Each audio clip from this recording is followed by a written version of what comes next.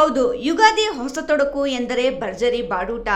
ಆದರೆ ಈ ಬಾರಿ ಕಾರಣ ಗೊತ್ತಿಲ್ಲವಾದರೂ ಹೆಚ್ಚು ಜನರು ಮಾಂಸದ ಅಂಗಡಿಗಳತ್ತ ಮುಖ ಮಾಡಲಿಲ್ಲ.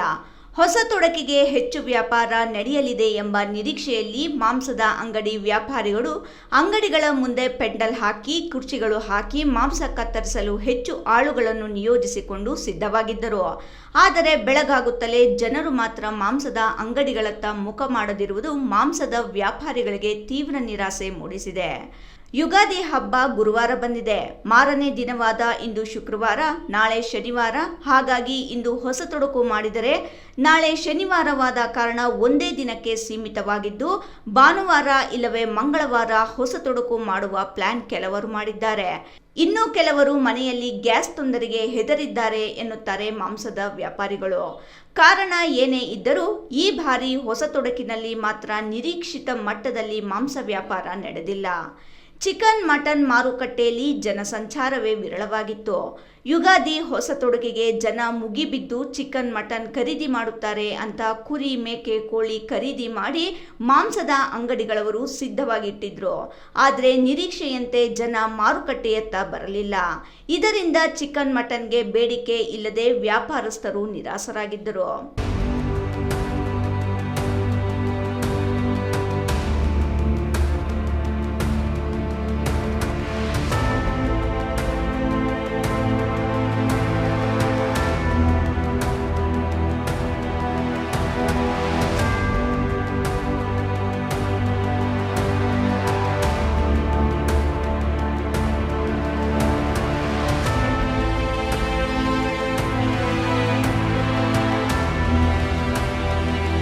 ವ್ಯಾಪಾರಿಗಳು ಸಾಕಷ್ಟು ಪ್ರಮಾಣದಲ್ಲಿ ಚಿಕನ್ ಮತ್ತು ಮಟನ್ ಸಿದ್ಧಪಡಿಸಿ ಮಾರಾಟಕ್ಕೆ ಇಟ್ಟಿದ್ದರು. ಆದರೆ ಈ ಬಾರಿ ನಿರೀಕ್ಷೆಯಂತೆ ಖರೀದಿದಾರರು ಮಾರುಕಟ್ಟೆಗೆ ಆಗಮಿಸಿಲ್ಲ. ಚಿಕ್ಕಬಳ್ಳಾಪುರದ ಚಿಕನ್ ಮತ್ತು ಮಟನ್ ಮಾರುಕಟ್ಟೆಗಳಲ್ಲಿ ಜನಸಂದಣಿ ಕಡಿಮೆ ಕಂಡುಬಂದಿದ್ದು ವ್ಯಾಪಾರಿಗಳಿಗೆ ನಿರಾಸೆ ಮೂಡಿಸಿದೆ. ಬೇಡಿಕೆ ಕಡಿಮೆಯಾದ ಕಾರಣ ಚಿಕನ್ ಹಾಗೂ ಮಟನ್ ಮಾರಾಟ ಮಂದಗತಿಯಲ್ಲಿ ನಡೆದಿದ್ದು ವ್ಯಾಪಾರಿಗಳು ಡಲ್ಲಾಗಿದ್ದಾರೆ. ಮಾರುಕಟ್ಟೆಯಲ್ಲಿ ಕೋಳಿ ಮಾಂಸದ ಬೆಲೆ ಪ್ರತಿ ಕೆಜಿಗೆ ಸಾಮಾನ್ಯ ಮಟ್ಟದಲ್ಲಿದ್ದರೆ ಮಟನ್ ಬೆಲೆಯೂ ಹೆಚ್ಚಾಗಿರಲಿಲ್ಲ ಎಂದು ವ್ಯಾಪಾರಿಗಳು ತಿಳಿಸಿದ್ದಾರೆ. ಕೆಜಿ ಬಾಯ್ಲರ್ ಕೋಳಿ ಚಿಕನ್ ಬೆಲೆ 300, ಕೆಜಿ ಮಟನ್ ಬೆಲೆ 850, ಫಿಶ್ 250ರಿಂದ 1200 ಇತ್ತು. ಮತ್ತೊಂದೆಡೆ ಶುಕ್ರವಾರ ಅಂತ ಕೆಲವರು ಜನ ಇಂದು ಹೊಸ ತೊಡಕು ಮಾಡಲಿಲ್ಲ.